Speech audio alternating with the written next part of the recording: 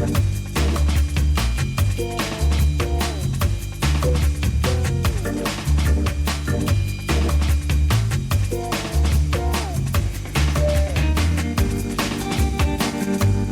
that's why you can't trust clowns with homemade salsa. No. Yeah. I knew that. That's old news. Yeah.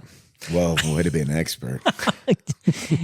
Ron's a know-it-all when it comes to I grew up in a clowns. Mexican household. I know everything about salsa. It's a qualification. That's cool. Welcome back to the Uncanary, everybody. My name is Don. I'm Ron. Doug here. And we're back again to chat with y'all. Hey, how was your Thanksgiving?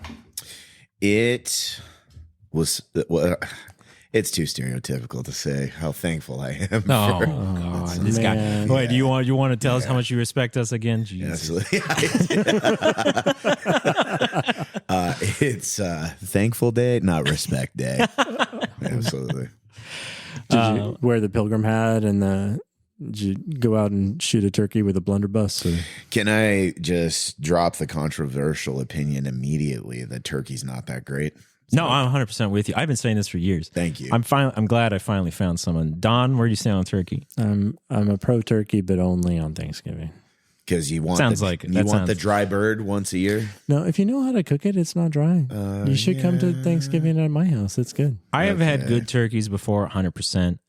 But my wife's family does the best thing with the turkey, which is like the better meal is the day after Thanksgiving, and they get together and they make those club sandwiches, and that's really what the turkey's for, I find. Give me the ham on Thanksgiving and let me have the old turkey between sourdough bread and with a piece of bacon. Full Thanksgiving spread. You guys sleep through the entire day just to get to the next one.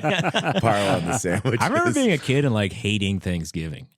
And being like, "What? There's no toys," and and I just got to go to my grandpa's house, and he sucks, and we he's all going to know ruin this the turkey. Is pre-Christmas, okay? We had to dress up, and it was very like, children should be seen, not heard, kind of, family at the time. You had to dress up like in costume? Well, we had to dress like fancy, like Sunday best type stuff, and we never had to do that for Christmas or literally any other holiday. So it was just sort of stuffy, weird. I suppose, or my earliest memories of Thanksgiving. But I'm happy to report I've come 180 on my views of Thanksgiving. I love it very much. I'm very glad to have this opportunity. I'm very respectful of this opportunity to be with people I love. We're not having Thanksgiving now. We don't have to hold hands or anything. I hate to tell you guys, but I did try to make a turkey. It's coming out in the next 5 minutes, so I hope that you're ready. I thought I heard something. It's going to be dry. Let's get a pizza. Oh. Speaking of killing things like birds, Good. I've been scrolling through my my podcast app trying to find new things to listen to on the way to work, and you know what you can't escape is you cannot escape a podcast about true crime. Yeah, of course. Like of course. Try what you like. They just pop up. They're like a plague. Yeah. Yeah. That's like inherent human interest, right? You can always rely on it, right? It must be before there were podcasts. Was there a radio station that just talked about murders or something? It was called the news. Yeah, I guess. Yeah, Nightly news. Yeah, absolutely. Or Unsolved Mysteries, right? Unsolved Mysteries was awesome. Yeah, everybody's gonna get into that. That guy was so smoky, right? Yeah. Cops was fun, but Cops was a different thing. Cops is never like truly horrifying. Like intellectually it is, but not like viscerally or it makes me sad for humanity. Yeah, absolutely. But, it was truly filled with crime, though. I can at least tell you that. I remember like being a kid and being like, "Dad, why are they outside another motel in Gainesville?" That's the only place that has crime, Ron. Don't go there.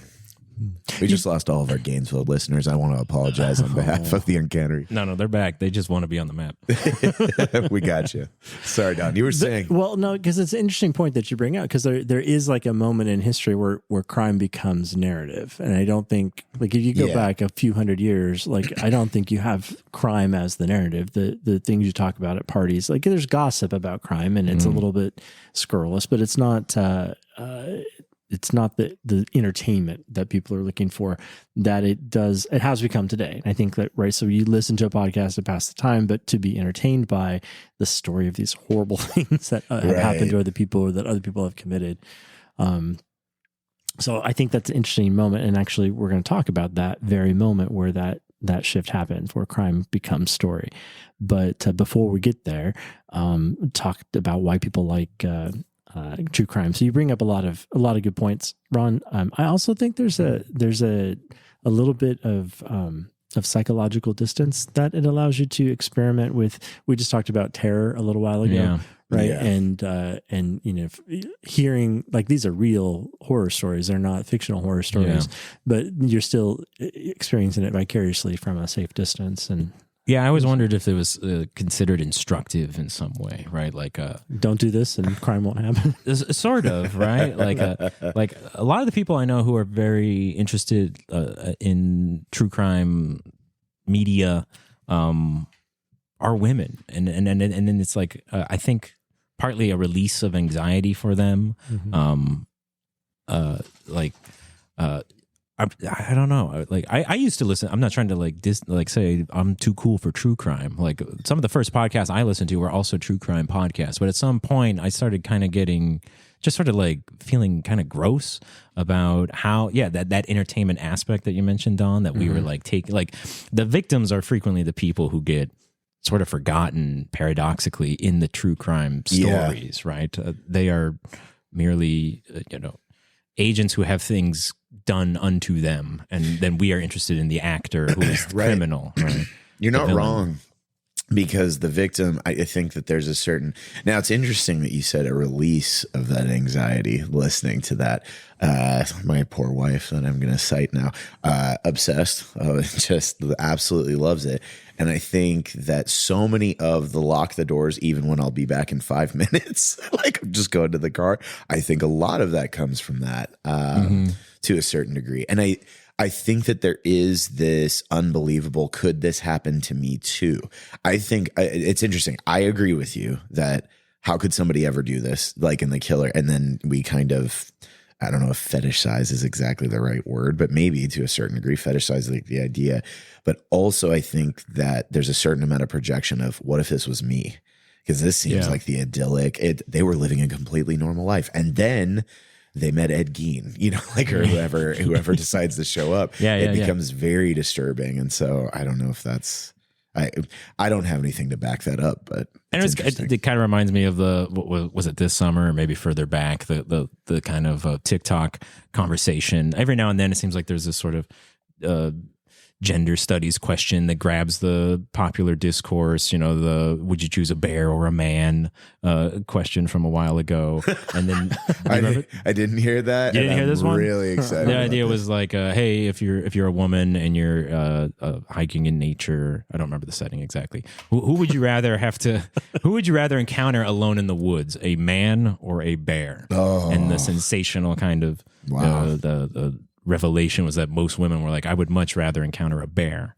The idea being that, like, yes, it's a dangerous animal, but in some ways it is more predictable than a man, or at least their past experience had taught them to be more fearful of the power that men hold over them than a wild animal does. Yeah. And lots of people blew up at this, agreeing, disagreeing, being angry, blah blah blah. But the one I was thinking of was, there was also the thing about, like, how often do men think about ancient Rome? Oh yeah, that one I knew about. And I remember having that conversation. And I was like, I think about Rome a lot. I mean, I feel like Rome has popped up on every single one of these podcasts somehow, right? And I think the point of that one was, like, men are afforded more frivolous thoughts than women, and I think true crime is part of that, right? Like, there is, like, I feel safe walking at night in my neighborhood, right? And my wife does not, and many women do not. And so I think the preoccupation with true crime does just speak to the differences in our thoughts and concerns and priorities sometimes, right? When we have this at the time to imagine something. I like to think about the emperors of ancient Rome and the mistakes they made that led to the downfall of their civilization. And other people are like, I just want to get home safely tonight, Yeah. So what do you think was the first big crime that was like the true crime story that everyone was following worldwide. Like it was big news, and it was finally the moment where journalism was making crime into entertainment. Sinking of the Lusitania. But earlier than that, we need a global news. When does global news happen? Yeah, because I'm thinking the king was poisoned, but that's probably only regional. Yeah, you know. You're talking about the 1930s, because that wasn't news until just like a couple weeks ago. No. I'd imagine like something medieval in a sense, but again, I don't think news is traveling that fast. No, I don't think so either. I think it's got to be much later than that, because news wasn't news back then, right? News was just a story you happened to hear after a huge train of people told it to each other. Yeah, and it probably changed times, so that now there's a monster in it. Absolutely. Which makes it much more interesting. Yeah. Was not poisoned. The dragon took him. Yeah. Absolutely. Yeah. First big, it's a murder. I'll tell you, it's a murder. It's a murder spree. What's the first big murder spree that the news would have been interested in as a institution? Jackie Boy. Which one? Jackie Boy, Saucy Jack. Jackie Robinson? Yeah. Murdered those Dodgers. Definitely murdered a baseball or two, I'll tell you that. No, Jack the Ripper, right? Is he the first one? He is. Yeah, I know about him too. Good job. Good pull. Got him. So yeah, because Jack the Ripper murders occur in 1888. We've got telegraphs now that are spread across the Atlantic, so news can get to the United States from England as well as elsewhere across Europe. So it's actually a series of murder that people are following in real time. Okay. As real as real time could be back in 1888. So I've done a little bit of reading about Jack the Ripper, and I don't know what your levels of expertise are about Jack the Ripper. What do you guys know about Jack, or about the murders that are attributed to him? I've got the film was From Hell, correct? Was that the Don's like, this is the most disappointed he's been in you yet. You peasant. No, I was going to list everything. So is it From Hell? From Hell is a film, but I know it as it's a graphic novel, right? Alan Moore, and it was adapted into film. I've been told to read From Hell. I never have. Okay. Well, it's a graphic novel. Don't you just look at the pictures?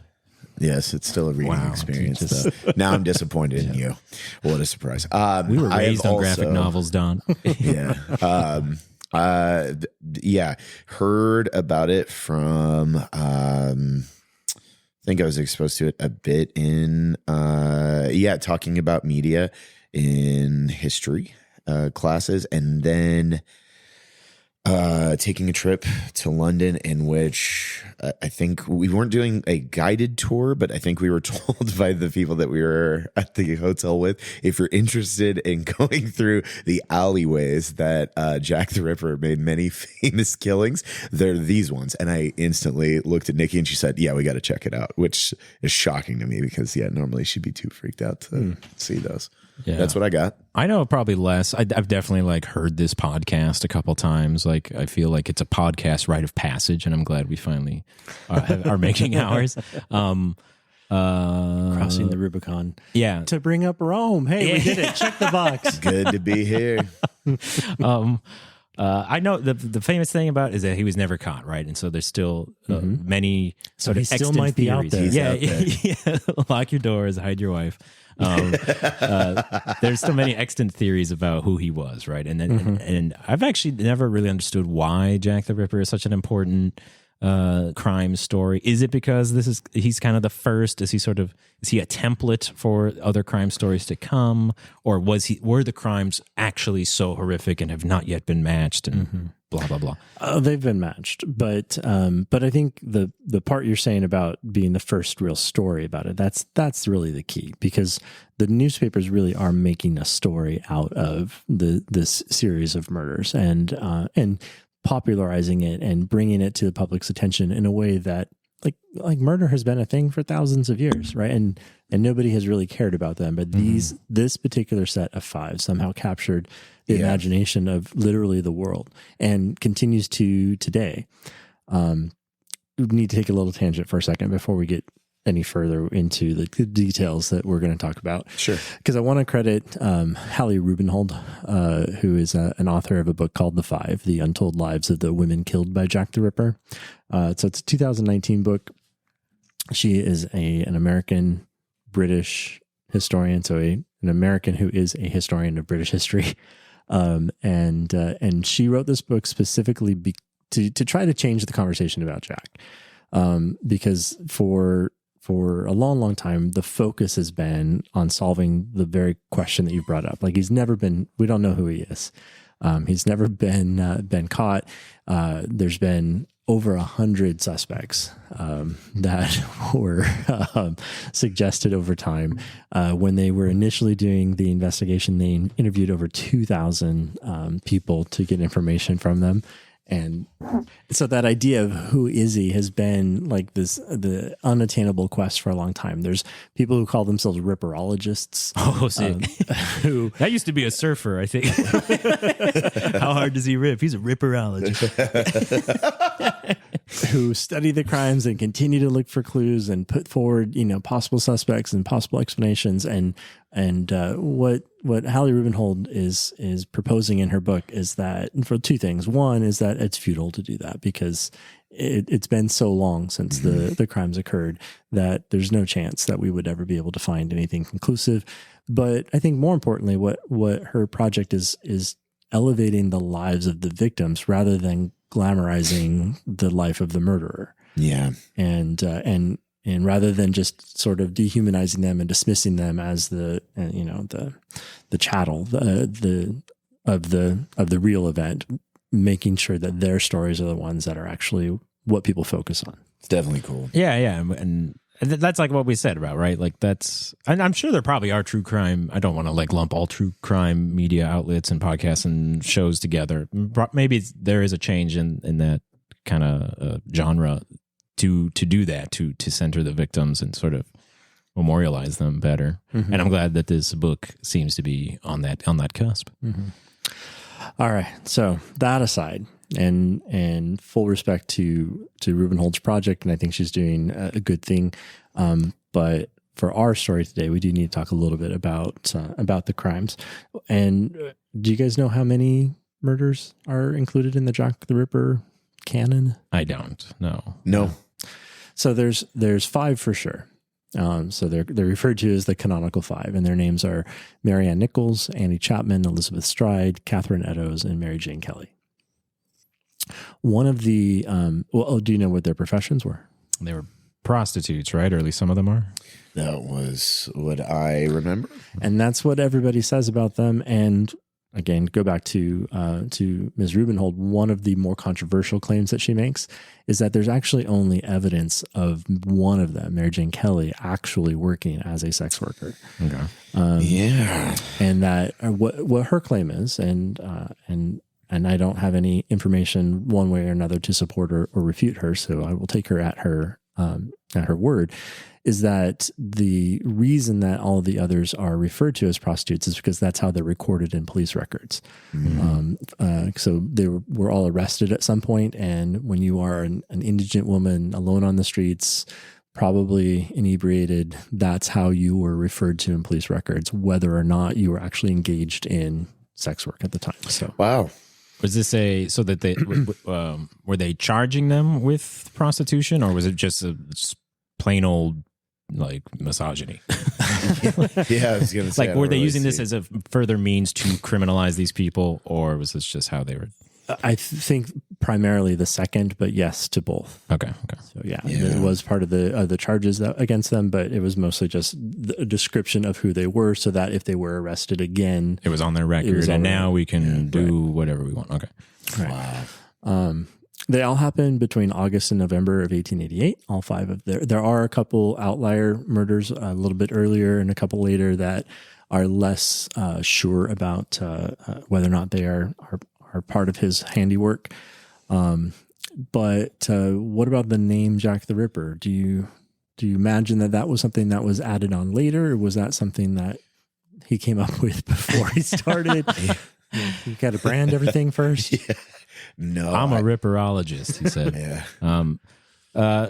I thought that it was the crimes are very violent, right? Like do they actually involve? I'm assuming they're knives as opposed to firearm. Yeah, it was a sharp instrument for sure. Yeah, I would think that would be tabloid, addition. So first murder is August 31st of 1888. And the second murder is September 8th, 1888. And then there's a little pause. And there's a letter that's now called the Dear Boss letter that was sent to the Central News Agency in London on September 27th. And in that letter, a person claims to be the murderer and signs the letter Jack the Ripper. So it actually is coming from. Now, there's a possibility that that letter was a hoax. The police and news agencies were getting quite a few letters that have been shown to be hoaxes or shown to be forgeries. Even the ones that I have seen that are claimed to be from claimed to be authentic, the handwriting is completely different between them. So it's hard to tell where it came from, but that's where the name came from. And I think that's an important date. So it's received again on September 27th, 1888. But we need to talk for a second about September 30th, 1888. Actually, we'll start with September 29th, 1888. Okay. All right. So far, we have had two murders. So we've had Marianne Nichols on August 31st and Annie Chapman on September 8th. On the night of September 30th, a woman named Catherine Eddowes is arrested for public inebriation at 8:30 p.m. Just outside the Bishopsgate police station. That location is actually important because where she's arrested by the city police, the City of London police, and their procedures are different than the Metropolitan Police. If she had been arrested about 100 feet away from where she would have been arrested by a different police department, and she might have lived. So, okay. Ooh. So they would have presumably taken her back to the department. The idea was like take them to the station and then process them. So so they did. They brought her back to the station and booked her for public inebriation, and she fell asleep in the cell for 4.5 hours. First off, pause real quick. Yes.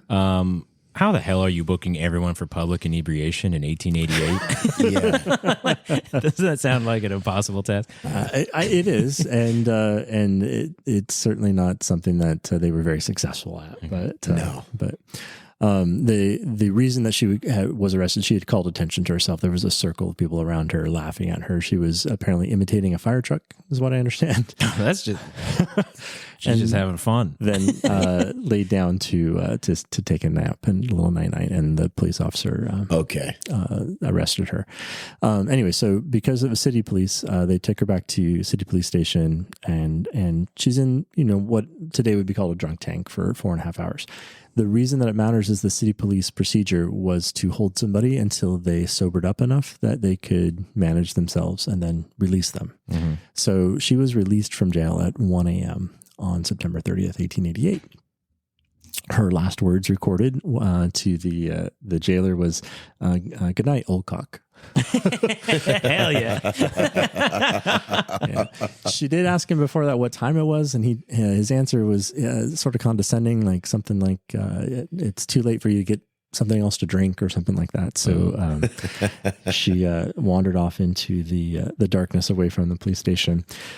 She was next seen at somewhere between 1:35 and 1:40 in the morning by three gentlemen who were leaving a club. One of whom was able to see that she was with another person. She was with a man, and he was able to give a description of the man as being about 5'7", slight build, had a medical bag, an oversized jacket, and within 10 minutes later, Catherine Eddowes' body was found in Mitre Square. Wait, how many minutes? Within 10. 10? Yeah. Okay. She'd been disemboweled, and the killer had time to do some facial mutilation and remove some organs and Like it was a pretty comprehensive event for only taking about 10 minutes. So the belief is the last man she was seen with was her killer. Right. And the fact that so much mutilation, especially of the internal organs, happening right after that indicates there was some medical knowledge or some anatomical knowledge. Yeah. So that's the only time that the police thought they maybe had a witness who had seen Jack the Ripper. Okay. But so who might have that kind of anatomical knowledge? Doctors Would be a good guess. Surgeons.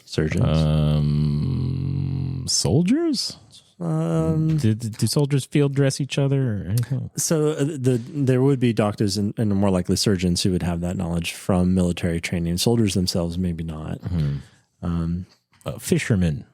Yeah, or butchers too. Have a pretty good sense of knowledge, and so those were kind of the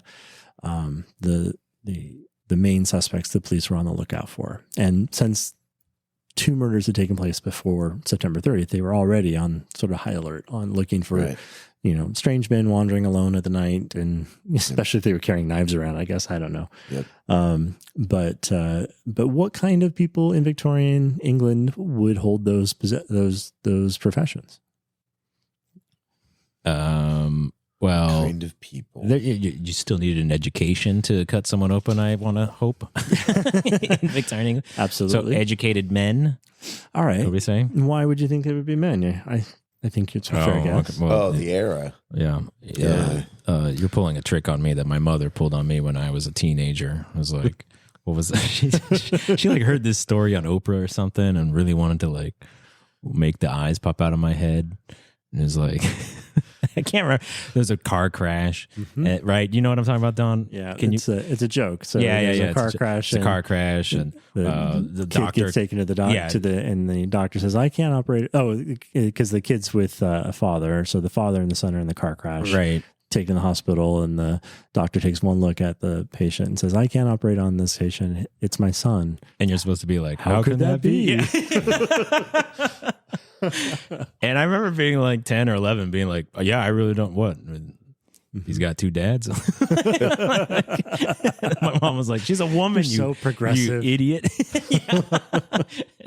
So, but actually that's a good point because we're looking for butcher who's a man, right? Because you need the certain amount of strength to butcher animals, or you've got to have the ability to go to medical school, which means that you are a man with some means and ability to provide for an education.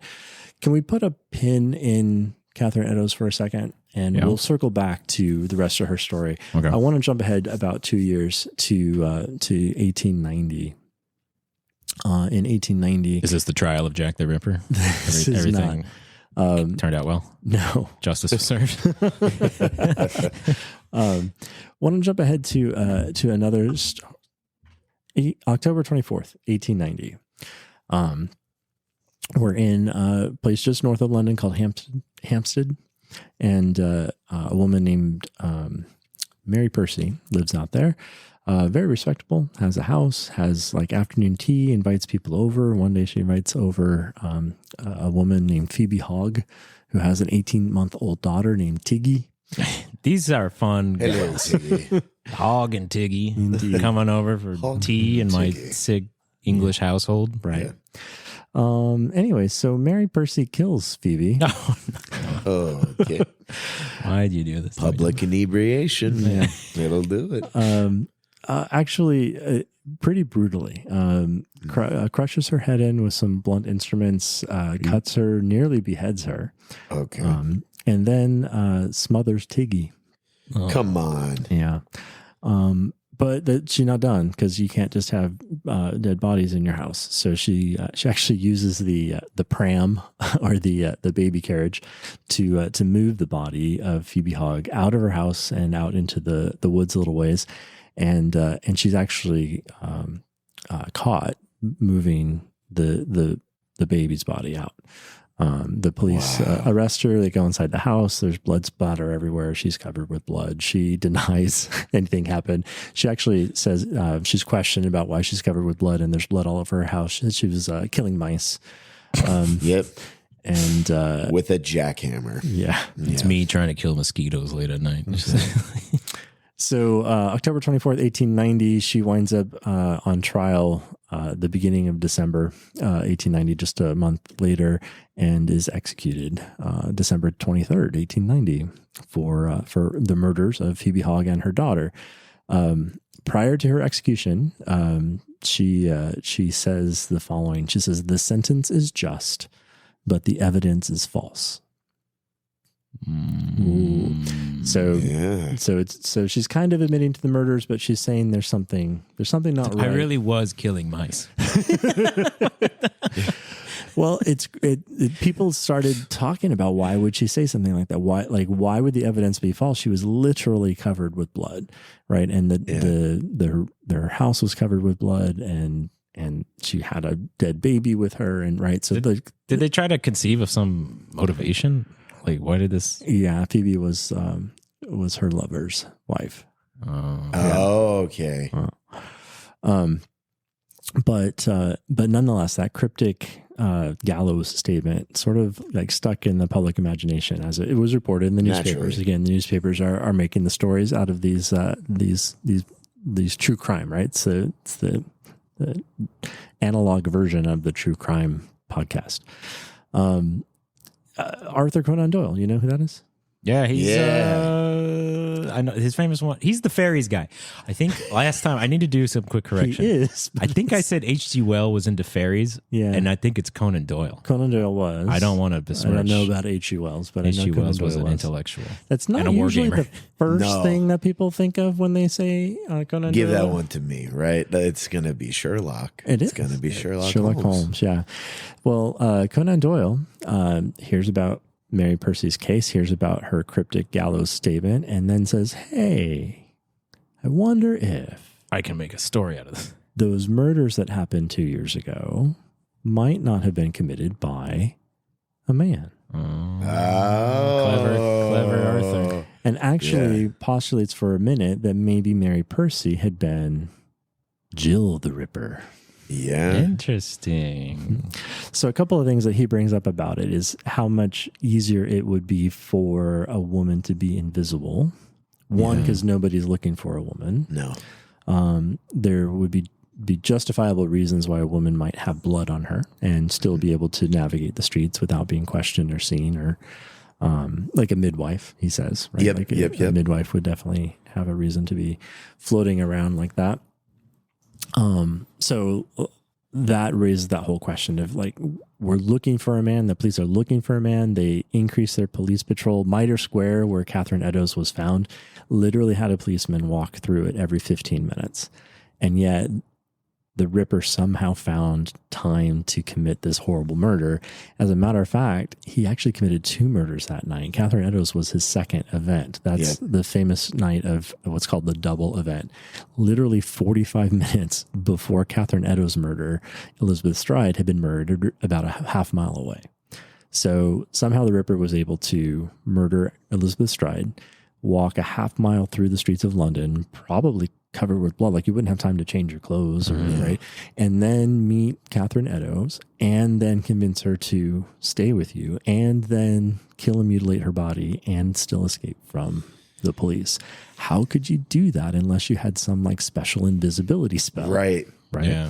And what better invisibility spell than to be a middle-aged woman wandering the streets? What do you think? Well, and even back to the original physical description of the first murder, right? Giant trench coat, doctor's bag, the whole deal. You're very covered up. So that detail we might instantly make very masculine, and it could very much be feminine. So I see it. I could see that because of the oversized coat, and there's 3 gentlemen leaving the Imperial Club that night that see Catherine Eddowes and the person that they're with. The first 2 describe them as a couple. It's only the last one, Lawenda, that says that it was a man. And the fair mustache is the thing that kind of throws me off. Like I wonder if, it's not well lit. It's 1 a.m. in the morning. We're in London Street, where he actually sees her in a very narrow passageway called St. James Passageway, which is one of the entrances to Mitre Square. I wonder if it, like, you don't walk around saying, like a shadow or something. You don't walk around memorizing faces, but then in hindsight, when you think, oh my gosh, that was a murderer I walked by, like you can create a lot of details. Like eyewitness statements are very unreliable. Right. Yeah.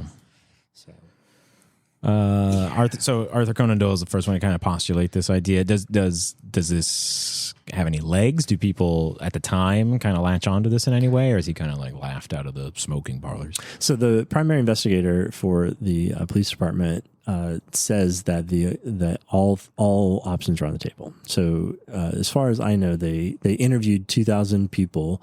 Not all of those were suspects. They had about 100 suspects. I don't know of any that were actually female suspects that were considered during the spree of murders. But then Mary Percy does get added to that list, after the fact, after she's arrested and tried for the other murder. I don't think it's got huge legs to it, but I do think it's a super interesting, it complicates the issue quite a bit, right? Because we always assume that Jack the Ripper is a man, that he's punishing prostitutes for some reason. Yeah. Right. The crimes are super violent. They are based on knowledge of anatomy because of the brutality and the speed and swiftness and the precision of some of the cuts. But that, that's all based on assumption that women wouldn't have access to that knowledge. And that's not necessarily the case. Correct.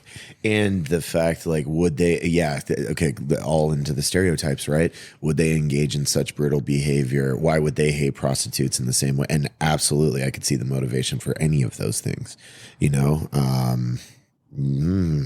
that's a lot to think about. Are these motivations still kind of I'm wondering about recent or the contemporary scholasticism on this case, right?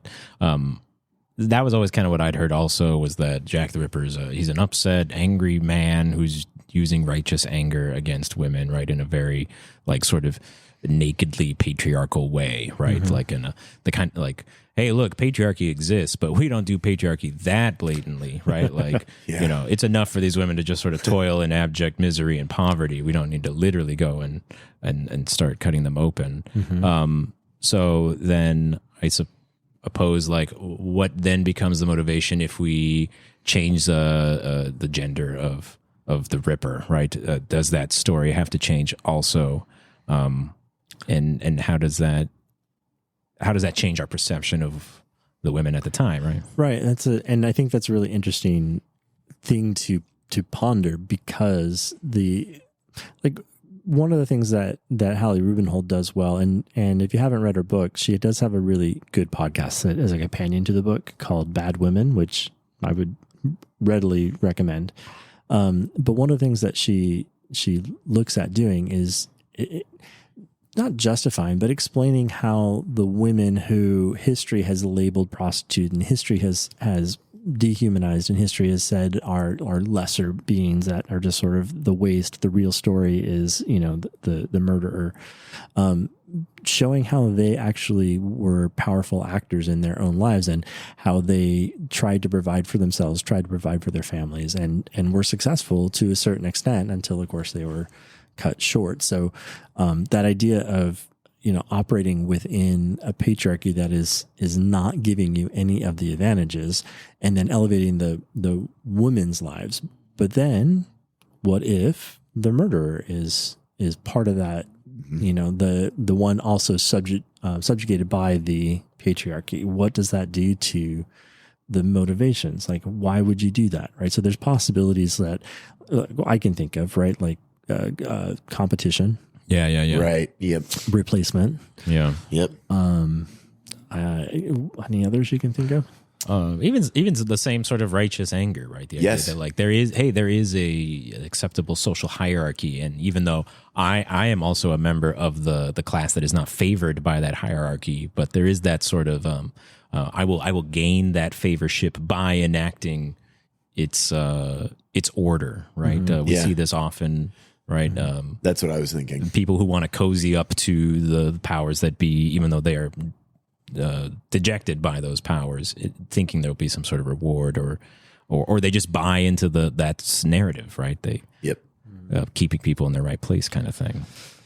And I think it's common too, and it was certainly common in the Victorian mind to consider everything in like these huge dichotomies.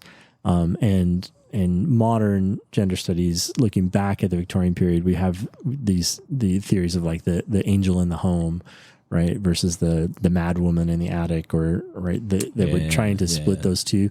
But more recent gender studies is looking at how the different types of oppression that marginalized groups experience all intersect, and it's not really that black and white. Right. And so this woman, if Jack the Ripper were a woman, or any other murderer who is a woman, is like, it is an expression of power. Like it's taking power away from I can take a life. Right.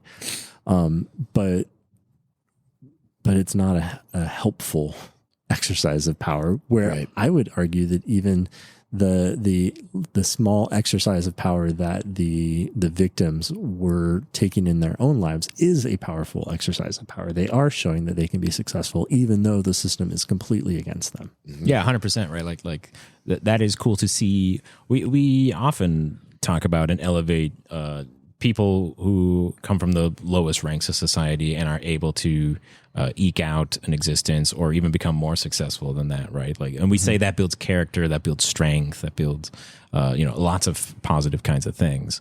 I've always kind of viewed murderers or violent criminals as people searching for power, right? And this speaks to male murderers as well, right? A lot of the times men act more violently because they are raised in patriarchal societies that tell them that they have access to power inherently, right? And then they find out that's usually not true, right? Like the real power is kind of held by an even more specialized class than just all men. And then the realization that they don't have that power causes them to lash out and seek it in ways where they can. And yes, it's often not constructive, because it's actually hard to achieve constructive power, right?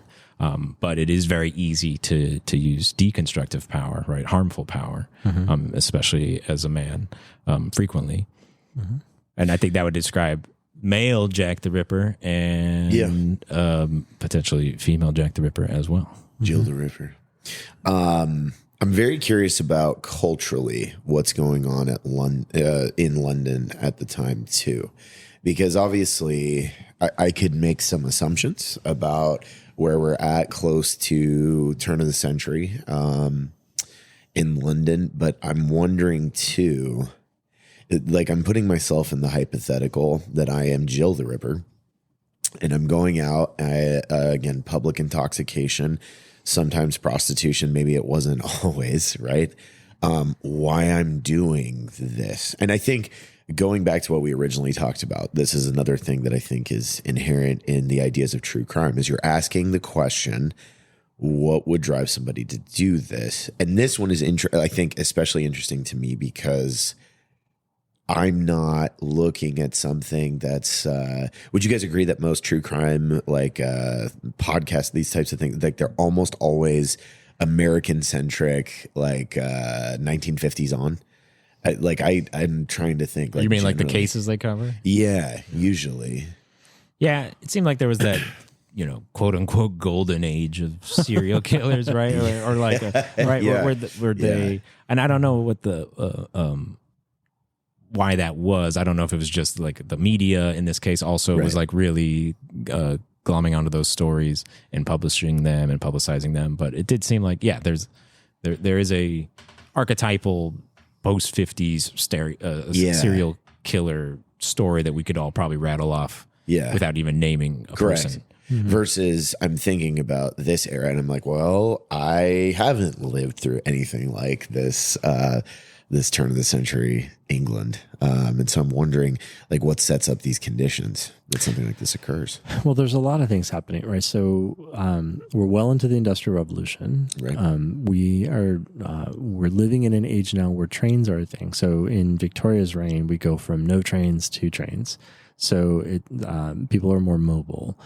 Society is more mechanized and industrial, reliant upon industrial mechanisms.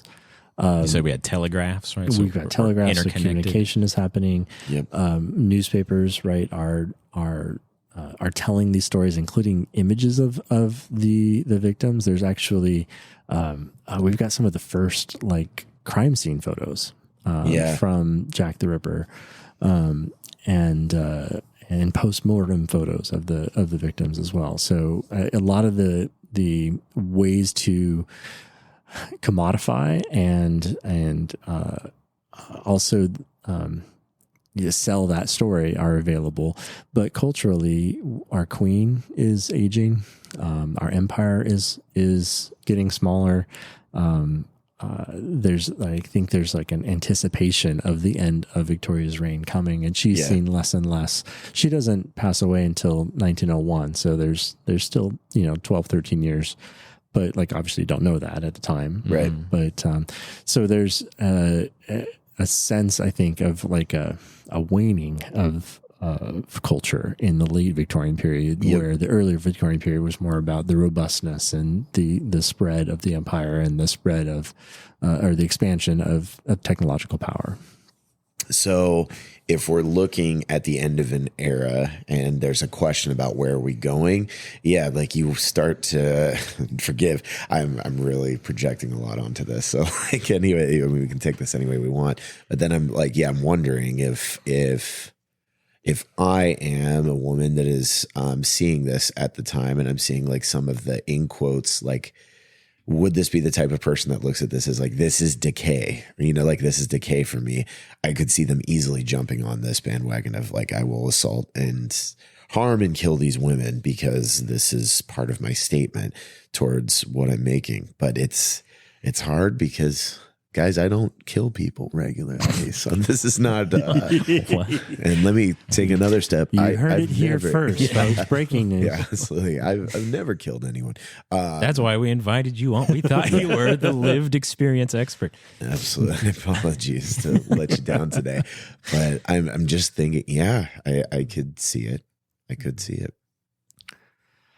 Can I throw one other story at you? Yes, of please. Course. So there's one other case that it's brought up in this context of the female possibility of a female Jack, and that's the murder committed by a woman named Kate Webster, who was an Irish woman, was living as a maid in England, and in 1879, March 2nd, 1879, she murders her mistress, so the woman of the house, brutally, and inside the house, and then realizes she has to get rid of the evidence. So she dismembers the body inside the house and tries to get rid of the pieces by boiling some of them in the laundry tub, throwing pieces into the river, and so this case gets brought up. So she's tried in 1879 and executed in 1879, 10 years before, 9 years before Jack the Ripper is a thing. So she's not a suspect per se. But when we're talking about like, what are women capable of, and, why are we only looking at male suspects? And because, women don't have the strength, and women don't have the fortitude or the stomach for the brutality and the gruesomeness. What Kate Webster's case does is show exactly the opposite. Like her murder is so brutal. She actually puts on her mistress's clothes and pretends that she's her for 2 weeks in the house. She sells the furniture, acting as Mrs. Thomas, her victim. And the neighbors get suspicious after about 2 weeks. Wait, that had such a cool element to this, right? Like if you wanted more of a like, what anxiety is she acting out of? It's so clearly this sort of class anxiety, right? Mm-hmm. It's like, well, I may as well just literally become this person, right? And she flees to Ireland, is caught and brought back, and again, tried, executed within 3 weeks. But the other thing I think is interesting is that idea of disguise. Yeah. Yes. Right. So she commits a murder and then disguises herself to cover it up, which like Jack has to be doing that too, whether it's a man or a woman. Like it has to be an effort to disguise who you are. Yeah. Because you can't walk around, portraying yourself as the serial killer.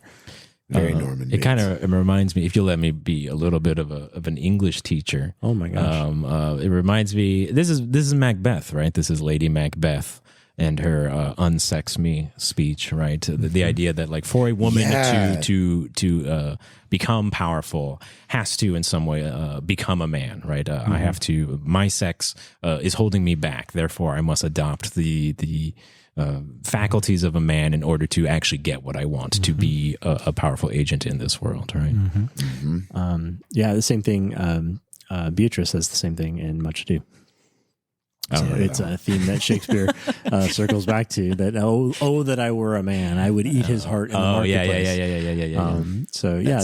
That same idea that you have to be the right gender to exercise that type of power. But also always the association with violence is men, right? That men have the ability to be violent for good and for ill, right? Frequently for ill. Yeah, indeed. So, I want to be clear as we wrap up that I don't think that there's enough evidence to say that Jack the Ripper was a female. I don't think there's enough evidence to say that Jack the Ripper was anybody. There's been a lot of, like, even recently, proof, quote unquote, of who Jack the Ripper was. There's been DNA studies on a shawl. I think it was Catherine Eddowes' shawl, actually, that they used mitochondrial DNA to trace it back to a Polish immigrant.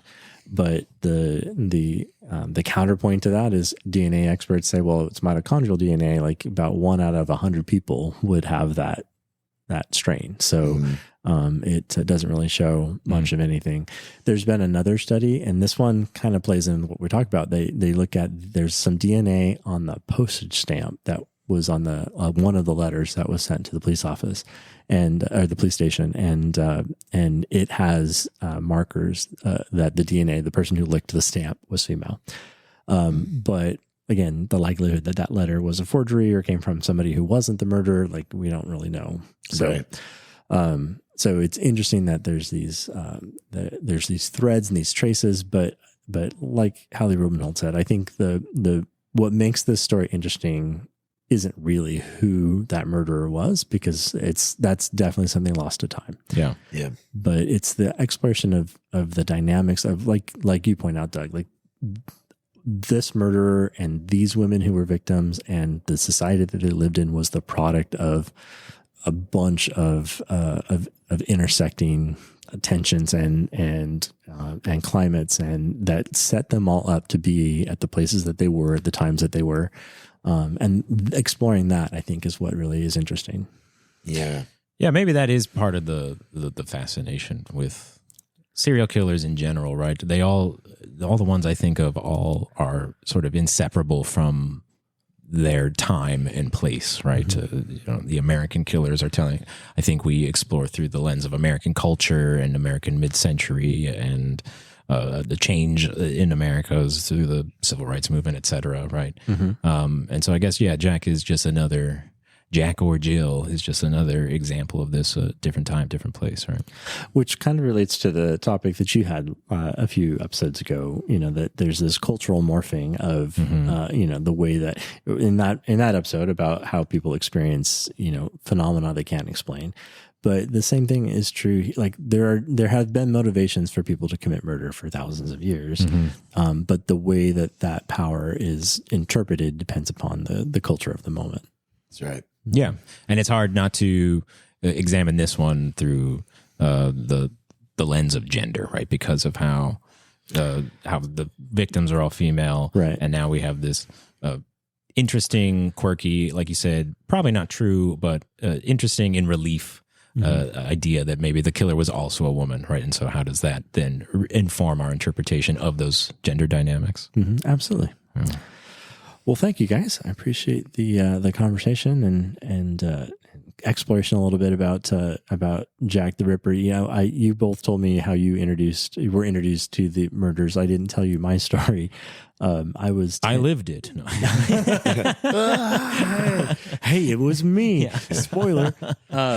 I was 10 years old and I was visiting my aunt, who took us to a store for some reason, and Ripperology. Well, there was a book. I remember it was called Open Files, and it was a whole book of unsolved crimes. And there was like a 6-page excerpt or section on Jack the Ripper, and she told me I could have a book to read. That was one of the things. So, and that's the book I picked. I think it mortified her that I was choosing that as a 10-year-old.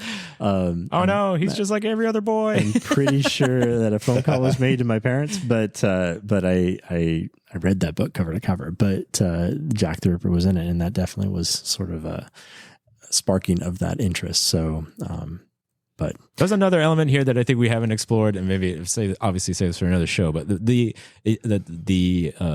fact that there is no resolution, right? That is also perpetually fascinating, right? We are drawn to stories that we cannot put the fancy bow tie on. And when I first learned about it as a 10-year-old, like that's definitely what my project was. Like I was going to solve it by reading this 6-page excerpt out of this book, right? But that was definitely the project and the attempt and becoming more comfortable with that irresolution is a lifelong skill. Absolutely, 100%. Thank you so much, Don. This is not where I thought our Jack the Ripper conversation would go, but I am a wiser and more informed man now than I was at the beginning of the show, and I can't always say that. It's good to be a Ripperologist. Oh, you can always say that, Ron.